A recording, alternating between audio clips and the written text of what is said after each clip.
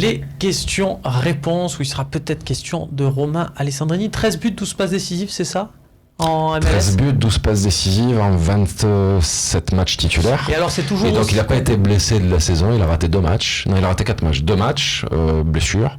Un match parce que sa femme a couché. Oui, voilà, et un match parce que aux États-Unis ils ont oublié de lui dire que s'il prenait un carton il serait suspendu le match d'après. Bon, la prochaine fois ils oublieront pas. Voilà pourquoi il a raté les matchs. Sinon il a joué toute la saison, aucun problème. Mais éliminé de play-off, là il est dispo, quoi.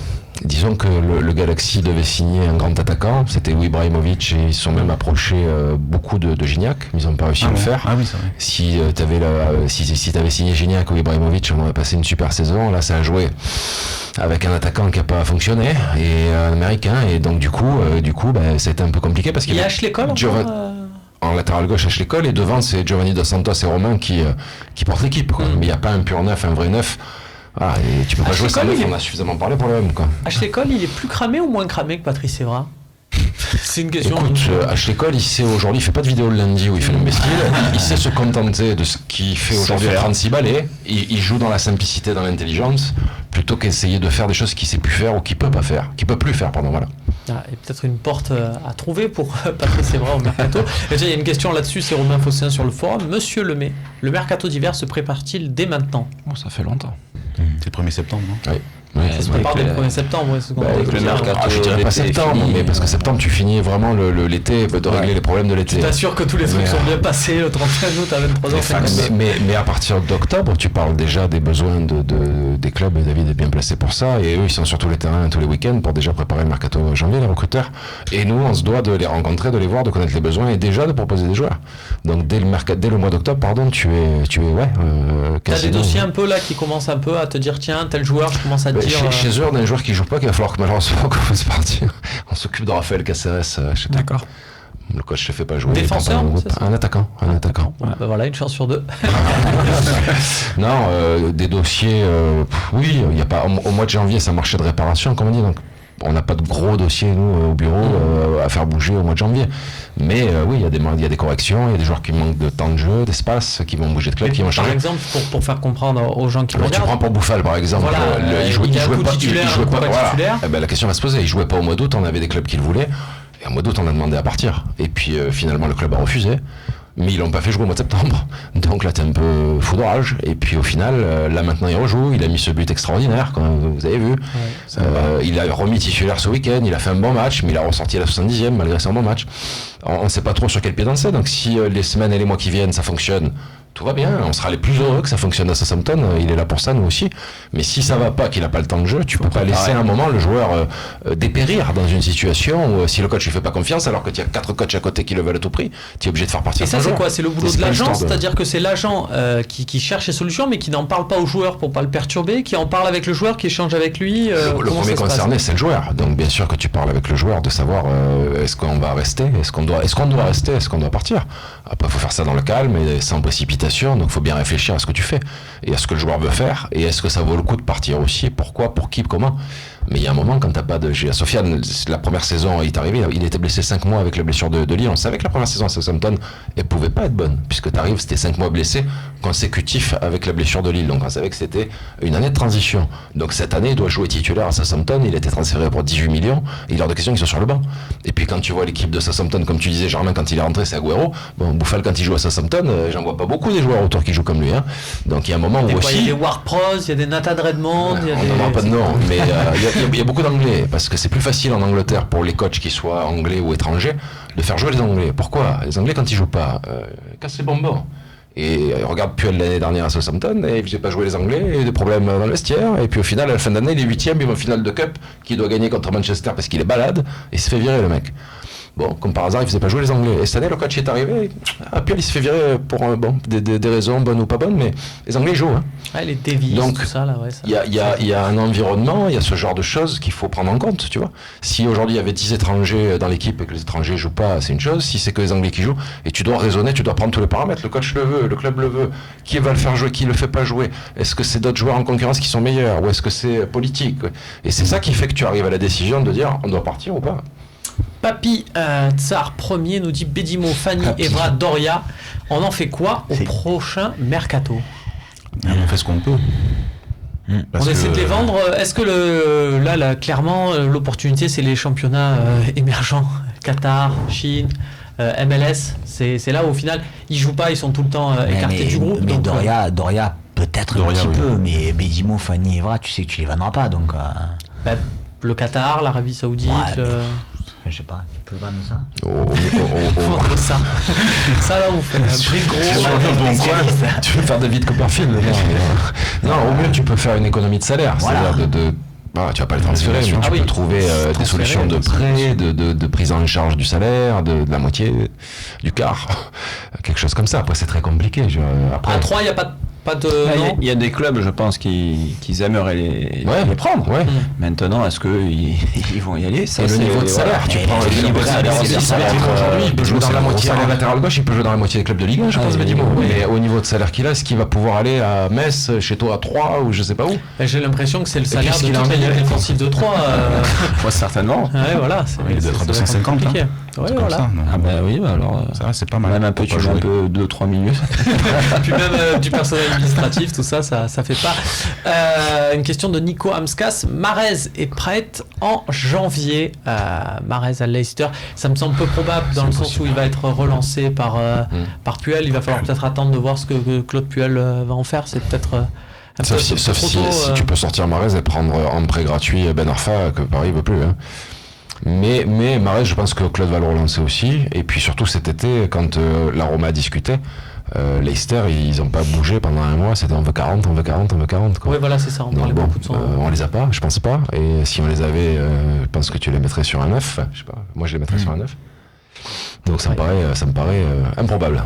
Et Pret, c'est un joueur qui joue aux Pays-Bas, si je ne m'abuse, on va me dire ça. Ça me dit rien. Je sais dans l'oreillette. Je l'ai vu, mais je sais plus.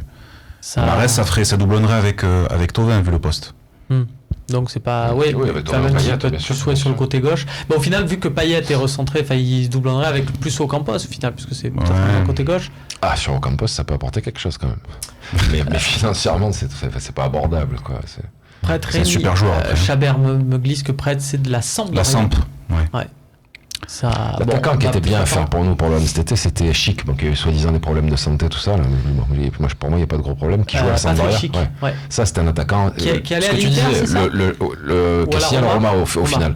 C'est le jeune attaquant de 22 ans, le futur, et que tu te dis, le mec, il a mis 12 buts en Serie A à 22 ans. Surtout, c'est le truc, c'est qu'il a mis des buts à la Bergkamp. Beau joueur, élégant, gaucher, me semble-t-il. Voilà, ça, c'était... Surtout que tu fais pas des buts à la Batshuayi. Faire ça qu'un mec de 30 ans qui est rincé.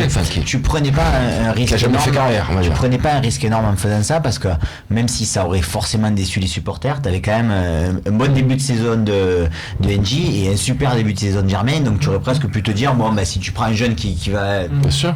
Ça aurait pu passer, quoi. Et après, tu vas faire un saut de qualité parce que Chic, la clause, elle était à 25 millions d'euros. Si tu le payes 25, donc c'est pas beaucoup plus que l'autre. Et tu peux avoir espoir de le revendre à l'Angleterre 24, 25 ans pour 50 ou 60 quand tu vois les prix d'aujourd'hui. Et là, tu vas reprendre 3 joueurs, le modèle de Naples, quoi, qui permet qu'à terme.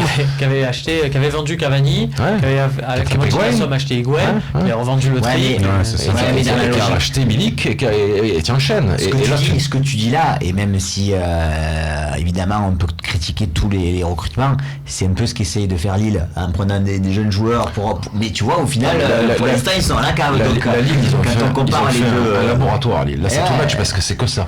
Mais si tu le fais sur un dossier, deux dossiers, et sur un dossier d'attaquant, parce que visiblement t'arrives pas à convaincre un attaquant de 30 ans de renom, de gros niveau, etc., les Giroud, celui de Chelsea, etc., si t'arrives pas à les convaincre, essaye de faire autre chose, quoi. L'OM très amoureux, Tesla, il va falloir arrêter maintenant les gars avec ces pseudos à rallonge, qui nous dit la somme de 5 millions d'euros pour le sponsoring d'Orange, sponsor maillot, est-ce une bonne affaire, sachant que le club communiquait sur 9 millions pour le futur sponsor? Est-ce que pour vous, avoir comme sponsor Orange, ça fait sens ou pas?